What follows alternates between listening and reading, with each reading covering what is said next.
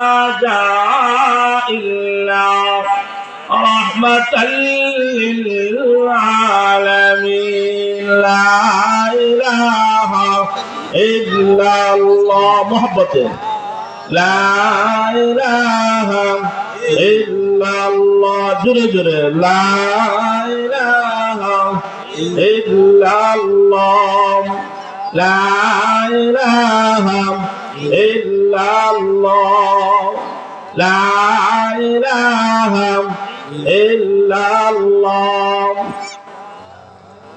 গাড়ি চলে না ড্রাইভার সারা বিমান চলে না পাইলট সারা গাড়ি চলে না ড্রাইভার সারা বিমান চলে না পাইলট সারা মানুষ চলে না রূহ সারা দুনিয়া চলে না আল্লাহ সারা লা ইলাহা ইল্লাল্লাহ জুরে লা ইলাহা ইল্লাল্লাহ লা ইলাহা ইল্লাল্লাহ লা ইলাহা ইল্লাল্লাহ মুহাম্মাদুর রাসূলুল্লাহ।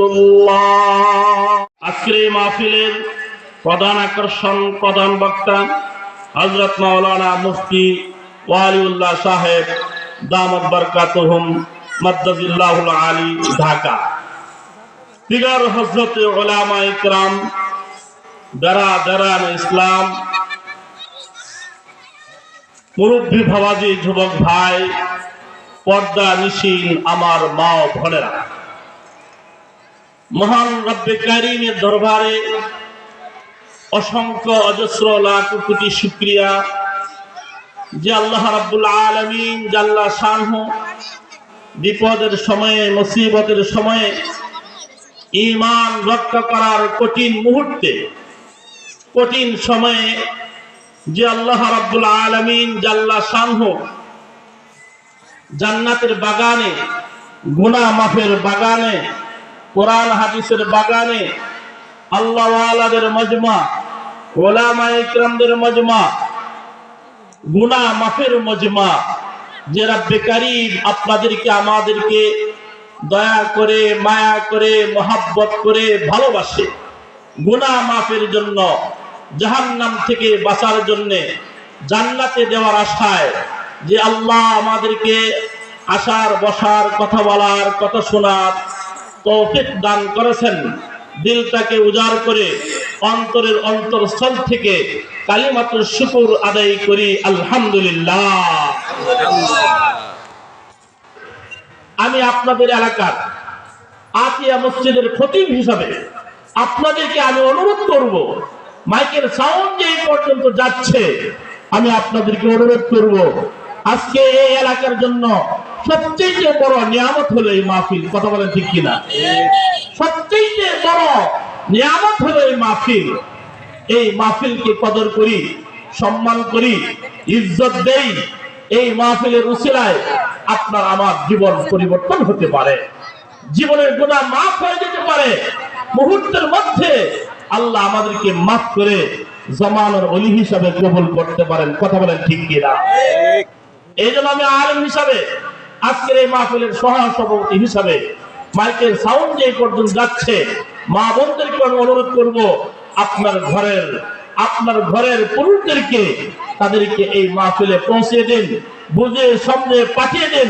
তারা আসার পরে যে সব পাবে, আপনিও ঘরে বসে ওই পরিমাণ সব পেয়ে যাবেন। বলেন সুবহানাল্লাহ।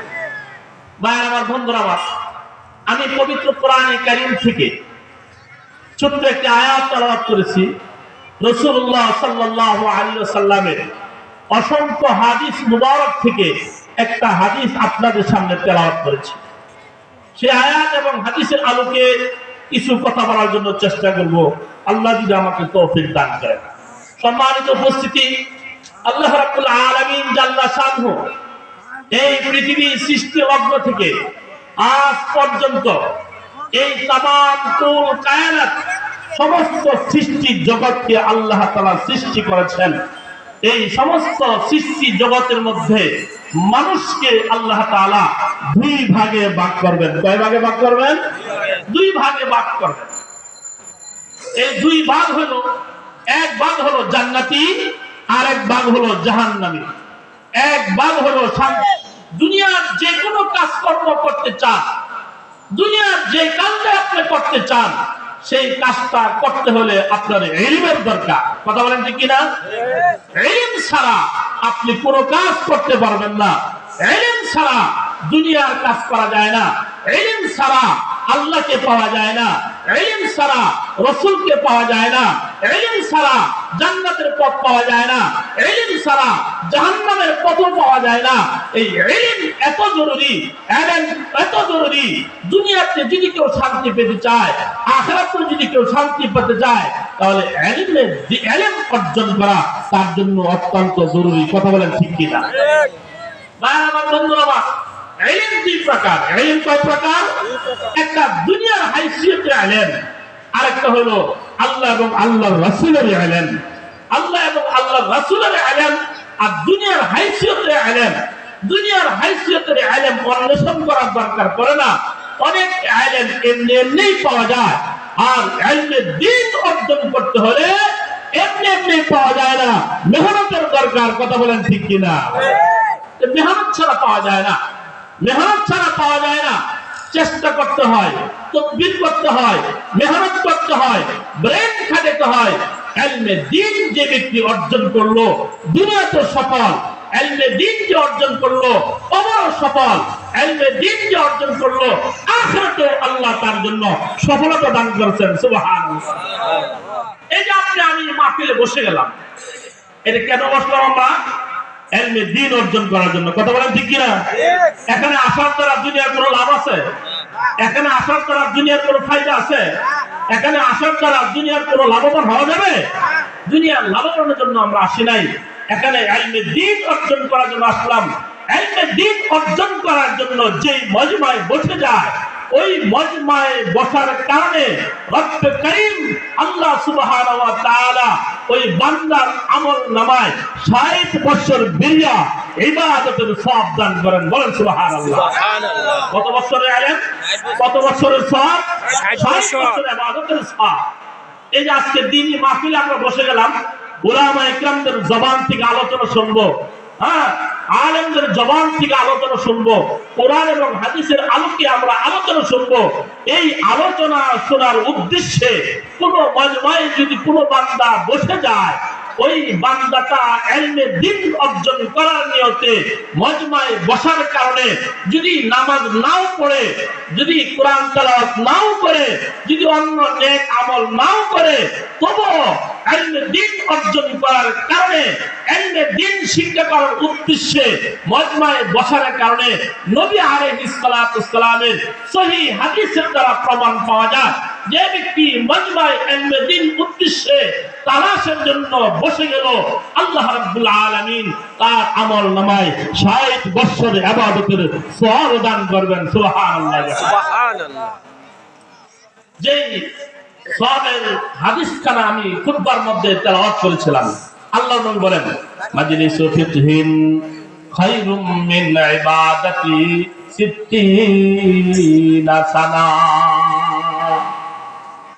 আল্লাহর নবী মুহাম্মদুর রাসূলুল্লাহ সাল্লাল্লাহু আলাইহি ওয়াসাল্লাম হাদিসে পাকের মধ্যে ঘোষণা করেন, দুনিয়ার মানুষ যদি কোনো ব্যক্তি, ওই ব্যক্তিটা সুন্দর হোক আর কালো হোক, ওই ব্যক্তিটা কৃষি কাজ করুক আর রিক্সা চালক হোক, ওই ব্যক্তিটা ব্যবসায়ী হোক আর বাণিজ্য হোক, যে কোনো ব্যক্তি ইলমে দ্বীন শিক্ষা করার উদ্দেশ্যে, ইলমে দ্বীন শিক্ষা গ্রহণ করার নিয়তে কোনো ব্যক্তি যদি মজমার মধ্যে বসে যায়, আল্লাহু আকবার, আল্লাহ রাব্বুল আলামিন তার আমল নামায় 60 বছর নফল নামাজ কবুলিয়তের সওয়াব, 60 বছর রোজার কবুলিয়তের সওয়াব, 60 বছর হজের কবুলিয়তের সওয়াব, 60 বছর দান খায়রাতের কবুলিয়তের সওয়াব, 60 বছর কোরআন তেলাওয়াতের কবুলিয়তের সওয়াব আল্লাহ আমাদের প্রত্যেকের আমলনামা দান করেছেন।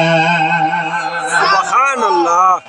আপনার আমার নামাজ আল্লাহর কাছে কবুল হয় কি হয় না তাও তো আমাদের জানা নাই, রোজা কবুল হয় কি হয় না তাও আমার জানা নাই, তেলাওয়াত আল্লাহর কাছে কবুল হয় কিনা তাও তো জানা নাই।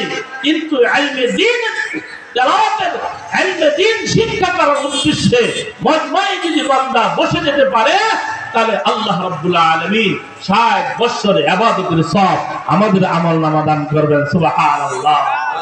এই জন্য